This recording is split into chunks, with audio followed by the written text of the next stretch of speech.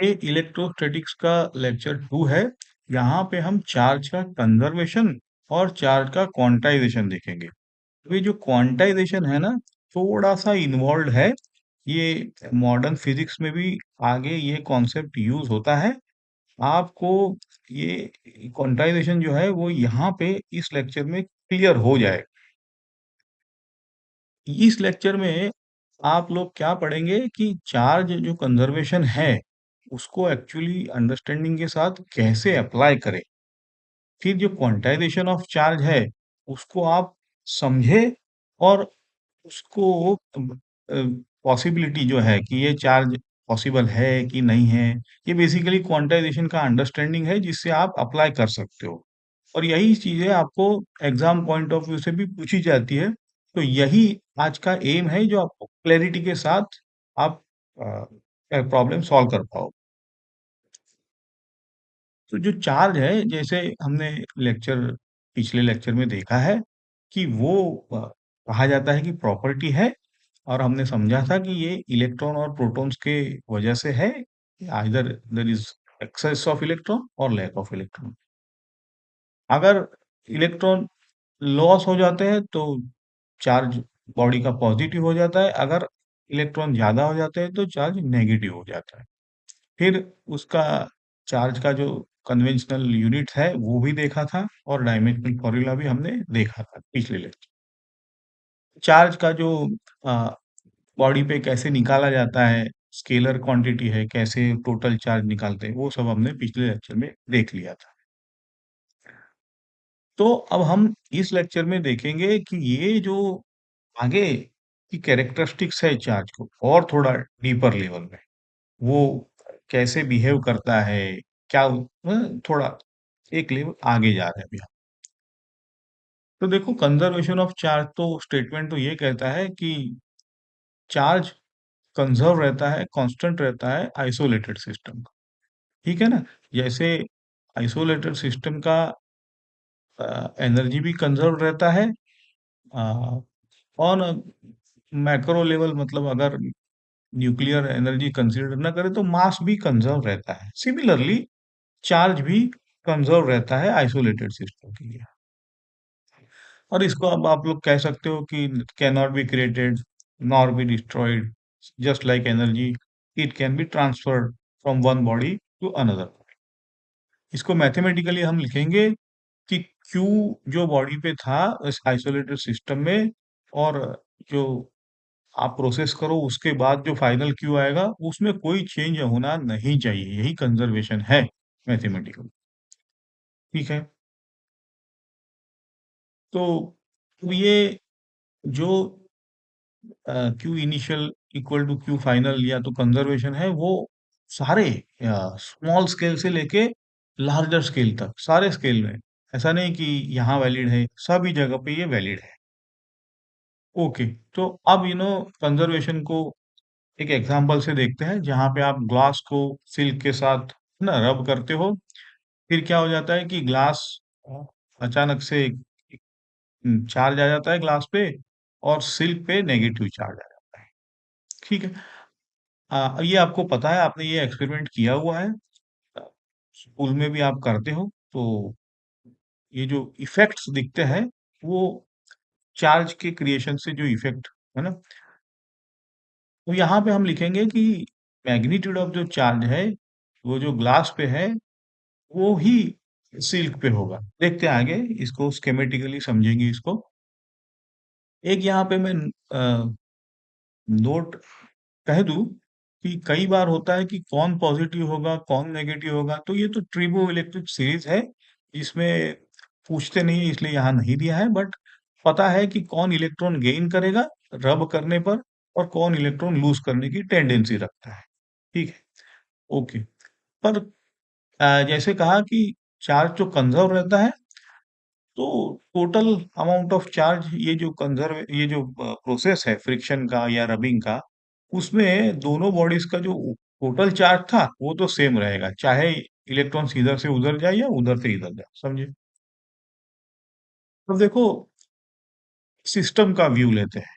एक negatively charge rod आप neutral metal sphere को टच करो। ये आपको इंडक्शन मेथड है, आपको पता है इलेक्ट्रॉन यहाँ से वहाँ चले जाते हैं। तो इलेक्ट्रॉन की भी टेंडेंसी है कि जहाँ पे वो पॉजिटिव चार्ज दिखते हैं वहाँ अट्रैक्ट हो जाता है, तो न्यूट्रल जो मेटल स्फीयर था वो रॉड से इलेक्ट्रॉन जाके वो मेटल स्फीयर में चले जाते हैं। ठीक है।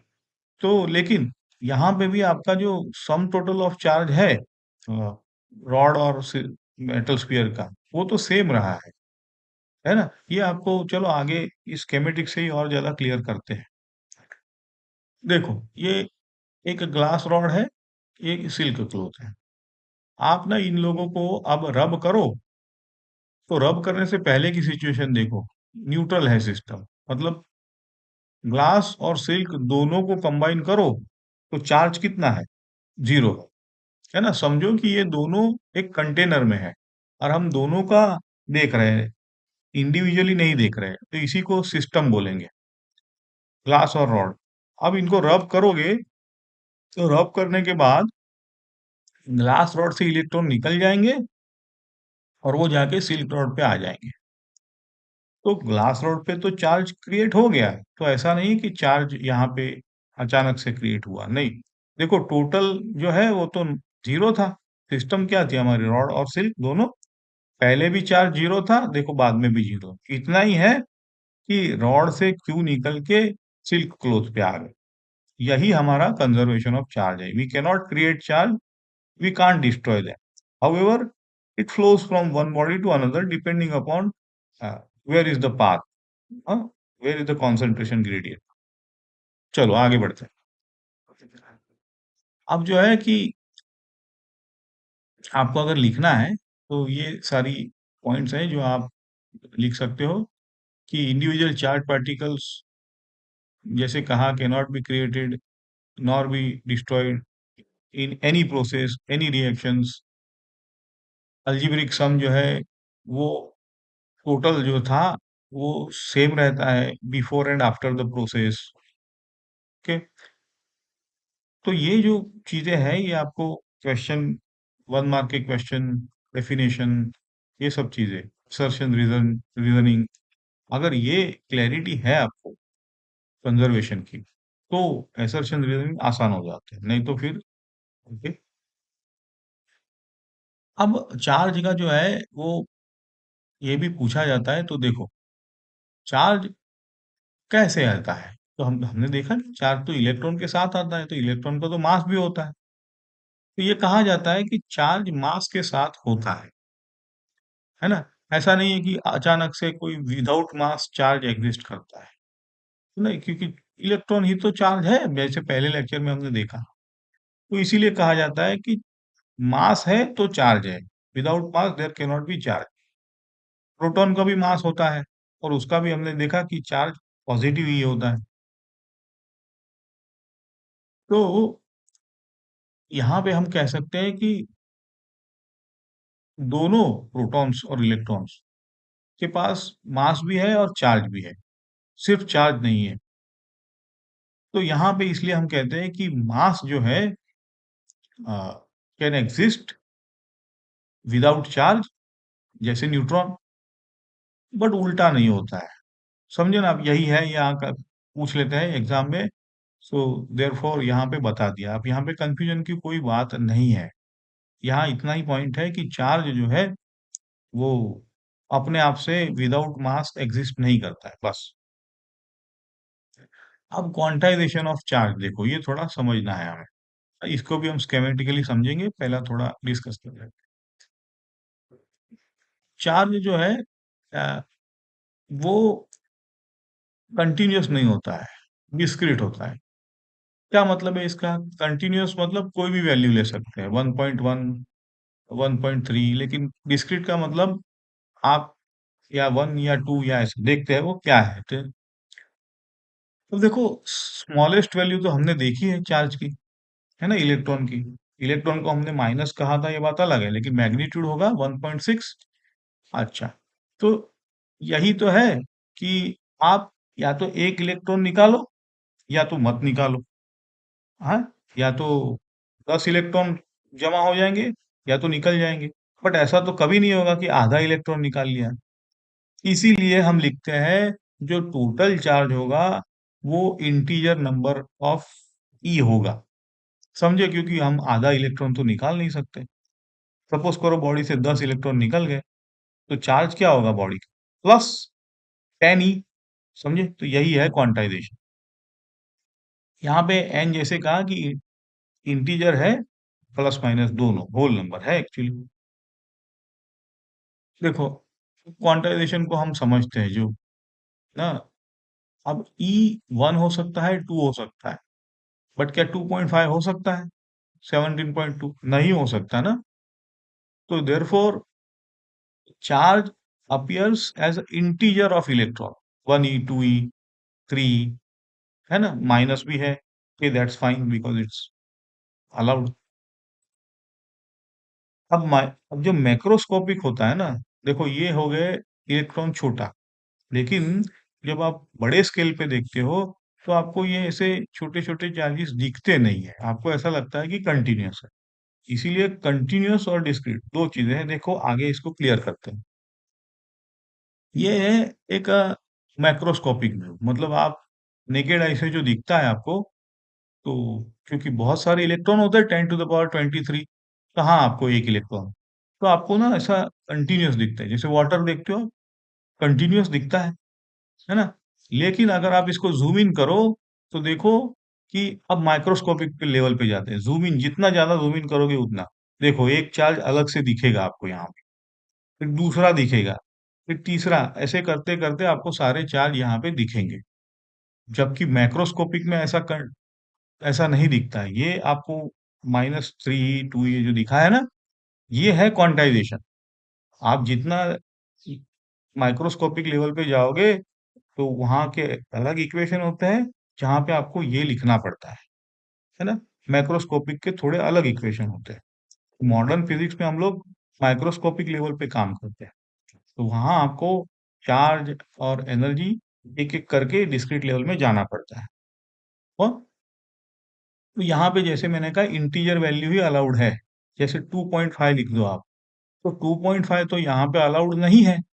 हाँ, लेकिन मैक्रोस्कोपिक व्यू में आप देखा जाए तो इट डज़न्ट मैटर एक्चुअली, है? Actually it doesn't matter because you see the range is whole there. हाँ, एटलीस्ट ये माइक्रोस्कोपिक लेवल पे तो आप समझ गए कि इलेक्ट्रॉन ओके इतना बहुत है, आगे बढ़ते हैं। अब मैथमेटिकली जो हमने सीखा उसको अप्लाई करते हैं धीरे-धीरे। क्या ये वैल्यूज़ पॉसिबल है?